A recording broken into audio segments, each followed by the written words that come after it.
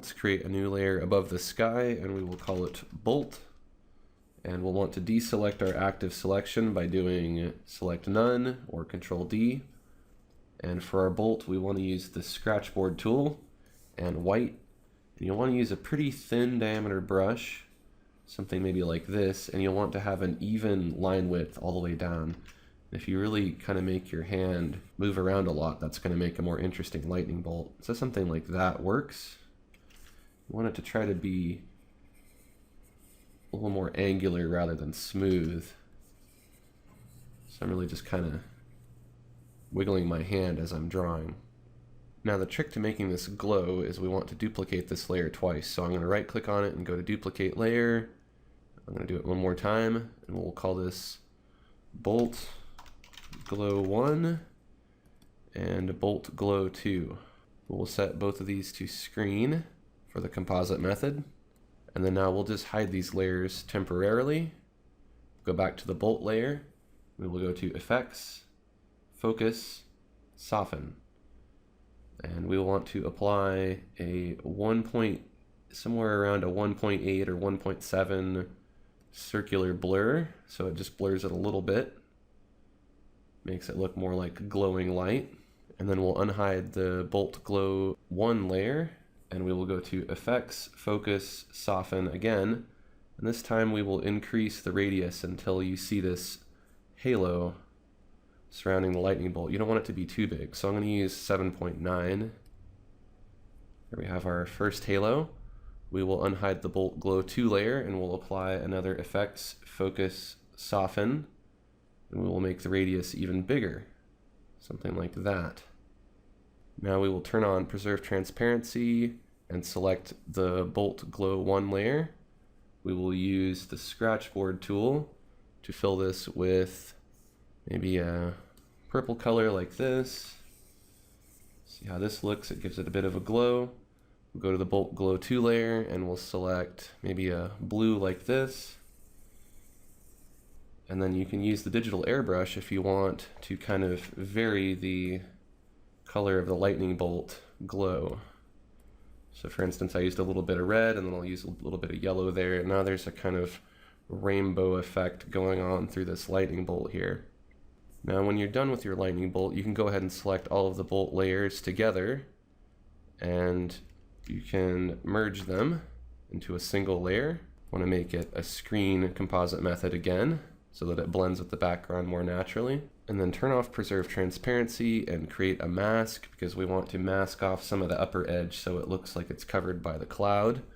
So make sure you're in the mask, select black, and then select the digital airbrush tool, and then just paint along the edge a little bit here to make it look like it's kind of covered up, just in a couple little spots there. Now we want to put a little bit of a glow where it's popping out of the cloud there, so we'll create a new layer. We'll call it Bolt Glow. We'll set the composite method to screen, and we'll select the glow brush. We'll use white this time, and we'll paint kind of right where the lightning bolt is emanating. We'll paint over the lightning bolt a little bit to make it glow a little more.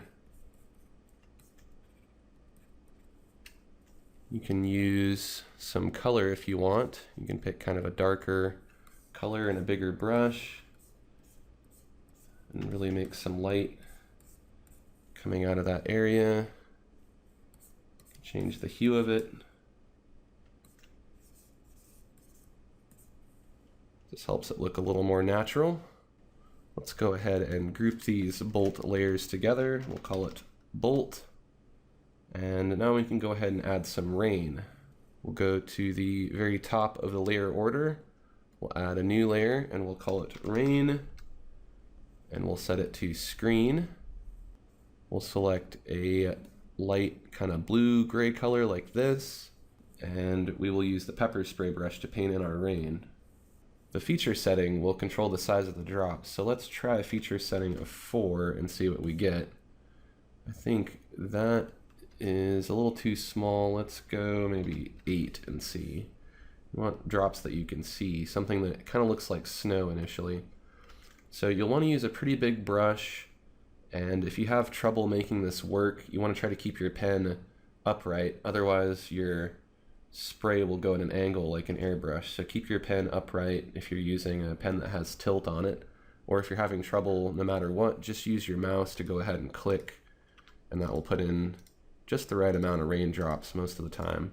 So you just want to kind of cover the whole canvas with something like this. And then to make it look like it's moving in a direction, what we do is we go to Effects, and we go to Focus and Motion Blur. And you can see in your preview here it's going the wrong direction, so we want to change the angle till it's coming more downward and diagonally. And then the radius will control the length of the drops. So we'll do something kind of like this. You can play with the thinness if you want it to be thinner rain or thicker rain. I think 4% is a good setting. We'll go to OK and try that. And there you go. You have rain that's now looks like it's moving.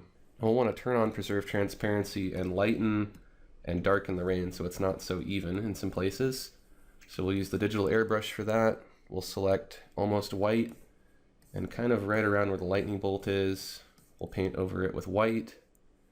And then we'll select a darker blue-violet like this, and then over here where it's further away from the light, we'll paint with this, and this will kind of knock it back a little bit. We'll do a little bit up here too. That way the rain's not so even everywhere. And if that's not enough rain for you, you can always add additional layers and follow the same process to make more and more rain. You don't want to do too much because you're going to obscure your background and you won't really be able to see anything if you add too much. Now we want to make the rain look like it's causing some ripples in the pool here. So we'll zoom into that. We will go to the puddle layer. We'll go to the waterline layer. And we'll turn off Preserve Transparency. We'll use the loaded palette knife, sample a gray color from the sky and lighten it a little bit. And then we'll want to add some radial kind of circular drops. Like when you drop a rock into a pond, it makes those little circular ripples. So we'll add some of those. And that'll really make it look like it's actually raining.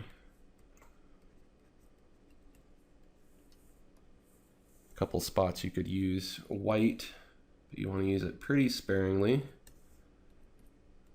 I'll just help it stand out a little bit more. I think that looks good for the droplets. Now at this point, if you want to, you can add some additional objects. I decided to make this a farm, so I'm going to go ahead and paint in some little distant houses and things, maybe a water tower. You could really add in whatever you want. You can add in animals or hay bales or just about anything. So for man-made objects, the loaded palette knife works pretty well. So I'm going to create a new layer that is right behind the trees mid layer. I'm going to call it farm. And you want to make sure that anything that is white or gray or light color is kind of tinted the sky color. So I'm not going to use pure white. I'm going to use kind of a light gray. And here on the horizon, I'm just going to paint in just some little shapes. Just little dots almost. They're kind of trying to keep them kind of rectangular in nature. And then I'm going to draw a very, very thin vertical line and then put something on top of it that looks kind of like a water tower. I'll pick a dark blue and I'll use that up against that white to kind of make it look like there's a side that is darker and in shadow.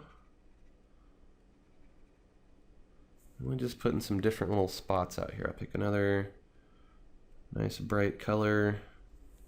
You could put something like a red, a little spot of red out here. Could be a distant truck or something, who knows. So now we can start adding the finishing touches and bring this whole piece together. Let's add a layer as the topmost layer, and we'll call it tint. So this kind of be an overall tint that will help bring all of the colors together. So let's select this kind of violet blue color that we were using before when we painted our sky, and we'll set it to multiply, and we will fill with this color. It's going to tint everything a lot. We don't want to tint it that much, so we will reduce the opacity until it's just a very subtle blend. You'll have to do the before and after to see the effect. But if you see it change just a little bit, that's probably good enough. This is going to have an effect of darkening everything, so you don't want to use it too much. So you probably want to keep your opacity pretty low for that. Let's create another layer, and we will call this vignette. This will also be a multiply composite method. We'll pick a darker blue-violet. We'll use the digital airbrush, and we will vignette the top edge. I want to try to stay away from the lightning bolt, so don't paint on any of that, but you can go ahead and vignette the sides if you want, and all along the bottom. That'll really help this look nice and realistic. It also draws focus into the center of the painting. So you want to make sure that you save your painting, and then you want to save a copy because we're going to merge all of our layers. So I'm going to do that. And then we're going to do some blurring, kind of starting from the back and moving our way into the front to make some of these details a little less sharp, especially the distant ones. So what we will do is we will go ahead and merge everything that's underneath the rain layer. So we'll start with trees mid, we'll hold shift and we'll select sky, and we'll do Control E. That will merge all of those layers. We'll just call this art now. And the reason why we're doing that is because we don't want to mess up our rain. So on the art layer, we can go ahead and start blurring using the blur blender. I'm going to concentrate first on the horizon line because that's way too sharp. So I'm just scrubbing back and forth to make it look more distant. Use a slightly bigger brush and do the distant tree line to make that blurry. Blur a little bit of the distant grass. Blur the distant trees a little bit. I won't really worry about the foreground too much because we can keep that pretty sharp, and the lightning bolt as well. And then now if you want, you can go ahead and add a layer for a signature and sign your painting, and then you can save this as your finished piece. So we'll go ahead and do that. I'm going to do a save as, and that saves my final copy. And then I'm going to do a drop all to drop all these layers. And I'm going to go to File, Save As. I'm going to call this print. We'll make it a TIFF. I'm going to go to Save. Now we have a version that we can print. I'm going to resize this for the web, so I'm going to go to Resize. Make sure Constrain File Size is unchecked. Make sure resolution is set to 72. Change your dimensions to inches for both of these settings, and then set the height to 11, and the width should change to 14 automatically. Go to OK. That makes it smaller. We can go to Save As again. We can save this as a ping, and we'll call it Lesson 2 Web. This will be the version that you will submit as your finished painting. So I hope you had fun learning how to paint a lightning bolt and some rain. I'll see you in Lesson 3.